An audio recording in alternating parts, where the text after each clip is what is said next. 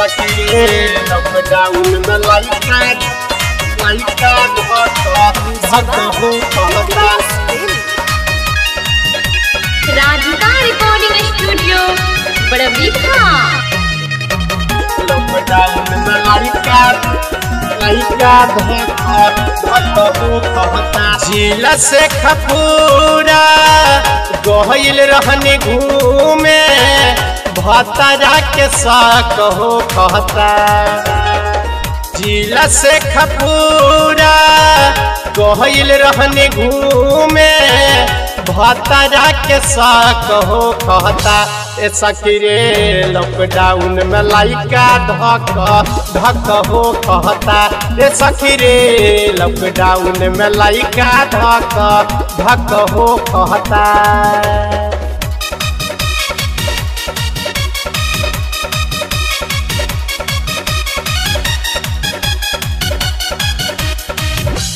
सखी रे लॉकडाउन में लाइका धक्का हो कहता।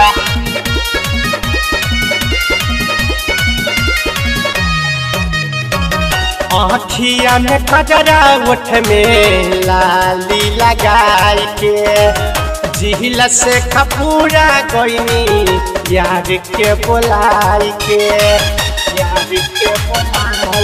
सखी।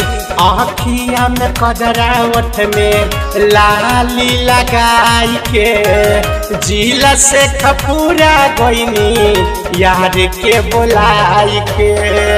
जानी है तमारी है भातरा दो गलाबा दिल धक हो कहता। ए सखी रे लॉकडाउन में लाइका धक्का हो कहता।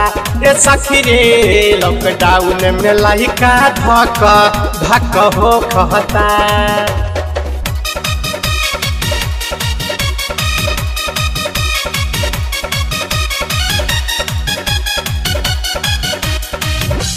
सखी रे लॉकडाउन में लाइका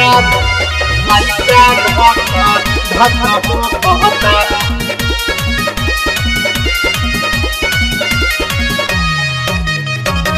पिया बयान सूरज के हम कैसे समझाई।